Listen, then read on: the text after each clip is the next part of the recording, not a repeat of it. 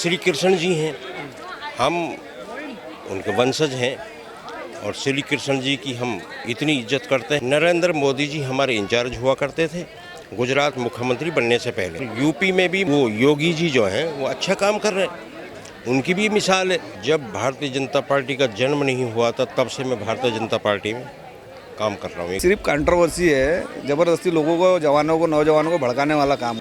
हम छत्री हैं जी, मेव बिरादरी से हैं जी और कन्वर्टेड हैं। खसब, क्या शुभ नाम है आपका? हकीम आस मोहम्मद।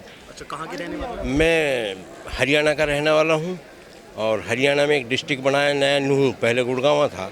उस नूह डिस्ट्रिक्ट में पुनाहाना विधानसभा है और पुनाहाना विधानसभा में फलेंडी एक गाँव है छोटा सा, उसमें मेरी एक झोंपड़ी है छोटी सी। इसमें एक झोपड़ी है। बड़ा अच्छा, बड़े तरकीब से आपने अपना जी जी परिचय दिया। जी। अब ये बताइए, एक ट्रेंड चल रहा है सोशल मीडिया हाँ पे। जी, हाँ जी। एक पक्ष के लोग कह रहे हैं आई लव मोहम्मद, जी। एक पक्ष के लोग कहते हैं आई लव महादेव, जी। लेकिन कहीं ना कहीं ये देखा जाता है कि टकराव की स्थिति पैदा ना हो, उसके लिए आप एक बुजुर्ग व्यक्ति हैं, कोई जी, संदेश नौजवानों के जी, नाम जी, पे जी। देना चाहते हैं? मैं उन मुसलमान भाइयों को, नौजवानों से अपील करता हूँ कि इसमें कोई शक नहीं कि हर मुसलमान मोहम्मद को प्यार करता है और जो मोहम्मद को नहीं मानता वो मुसलमान नहीं है। प्यार करने में कोई दिक्कत नहीं है, इसका प्रमाण देने की ज़रूरत नहीं है। लेकिन हमारे समाज के लोग, हिंदू भाई या किसी भी समाज के लोग, अगर वो किसी अपने पुरखा का, देवी देवताओं का सम्मान करते हैं, उनका नाम लेते हैं, तो उन नादानों को इससे तकलीफ नहीं होनी चाहिए। अच्छी बात, खुशी की बात, ले इसमें टकराव की कोई बात ही नहीं। मीन्स श्री कृष्ण जी हैं, हम उनके वंशज हैं और श्री कृष्ण जी की हम इतनी इज्जत करते हैं कि शायद। आप श्री कृष्ण जी के वंशज हैं? जी जी जी। हम छत्री हैं जी, मेव बिरादरी से हैं जी और कन्वर्टेड हैं, तो इसलिए छत्री हैं जी। और श्री कृष्ण जी से हमारा सिजरा मिलता है। तो अब आप अंदाज़ा लगाइए कि हमारे दादा पुरखा जो भी हैं, अब उनको अगर कोई बुरा कहेगा तो हम अच्छा तो लगेगा, बर्दाश्त नहीं होगा। इसीलिए जो भी महापुरुष हैं, जो भी देवी देवता हैं, उनको किसी को हक नहीं है उनको बुरा कहना या उनका कोई नाम ले उस पर कोई नाराज़गी, आपत्ति जताए। वो एक मूर्खता है, वो एक छोटी सोच है। इतनी छोटी सोच नहीं रहनी चाहिए। ये हमारा देश है, इसमें सभी धर्मों को लोग रहते हैं, सभी धर्म अपनी अपनी तरीके से पूजा पद्धति करते हैं और इसी से हमारा देश चल रहा है और इसी को हमें आगे बढ़ाना है। नरेंद्र मोदी 11वीं साल उनकी प्रधानमंत्री का चल रहा है। 3 मरतबे वो प्रधानमंत्री बन चुके हैं, जिम्मेदारी उनको सौंपी भारत ने। तो क्या कहना चाहेंगे उनके कार्यकाल पे? आपकी उम्र बहुत है, इंदिरा गांधी का शासन आपने देखा और तमाम शासन आपने देखे। जब भारतीय जनता पार्टी का जन्म नहीं हुआ था तब से मैं भारतीय जनता पार्टी में काम कर रहा हूँ, एक दली बिछाने का। जनसंघ?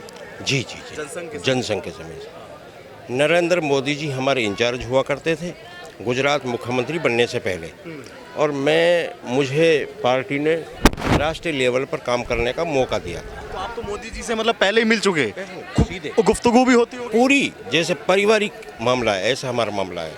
मोदी जी से, आडवाणी जी से, वाजपेयी जी से, मुरली मनोहर जोशी जी से, जितने राष्ट्रीय नेता हैं पार्टी के, ठीक।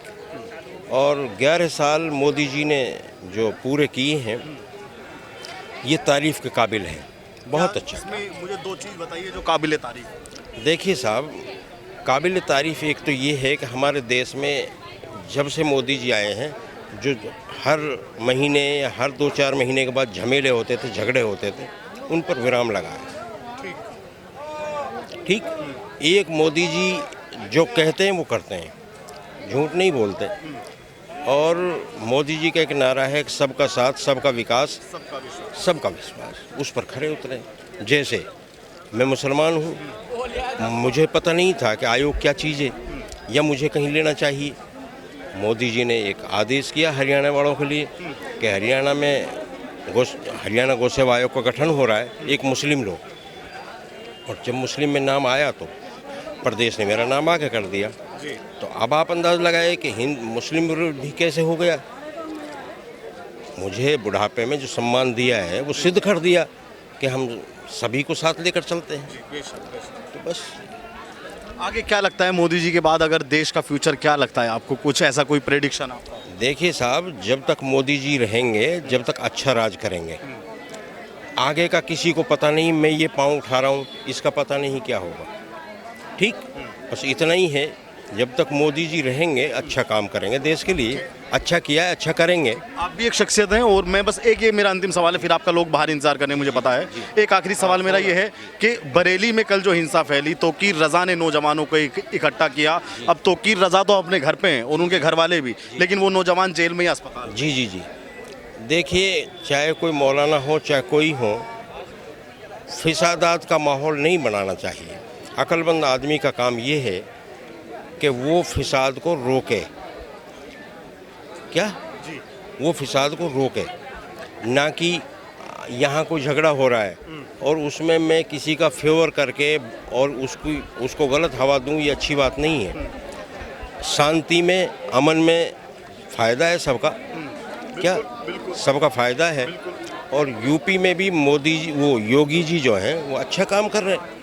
उनकी भी मिसाल है, उनकी भी मिसाल है। के साथ में फिर भी 80% मुसलमान जुड़ चुके हैं। हाँ, और ये रहेंगे, देखना आने वाले टाइम में। योगी जी ने भी अगर मकान तोड़ने का काम किया है, मिसाल तौर पर सभी के तोड़े, सभी के तोड़े, उसमें कोई बचाया नहीं है। अभी गाजियाबाद में बलराम ठाकुर का साहब, मैंने कहा, बलराम ठाकुर, मेरी सुनिए आप, अगर कहीं किसी का नाजायज़ जगह मकान बना है, चाहे वो हिंदू हो चाहे मुसलमान है, उसका भी तोड़ा है। अगर कोई क्रिमिनल आदमी है, चाहे वो हिंदू हो चाहे मुसलमान है, उसी के साथ वही रवैया किया है। तो फिर और क्या है? जो क्राइम का जो रेशो था वो यूपी में काफ़ी डाउन हुआ है, इसको कोई झुटला नहीं सकता। शुक्रिया आपका बात करने के लिए, अपना कीमती समय देने के लिए। आप बताइए सर, क्या नाम है?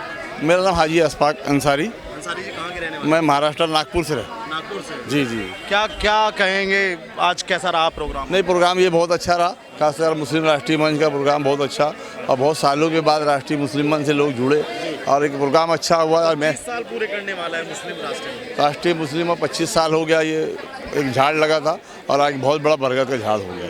और बहुत अच्छी एक पहल इंदिरा जी ने किया कि तमाम लोगों को पूरे हिंदुस्तान से सबको जोड़ा, और जोड़ने के बाद एक अच्छा प्रोग्राम दिल्ली जैसे शहर में हुआ। अभी महाराष्ट्र से हैं? जी जी जी। क्या कहेंगे, कैसा लगा प्रोग्राम? नहीं, बढ़िया कार्यक्रम लगा।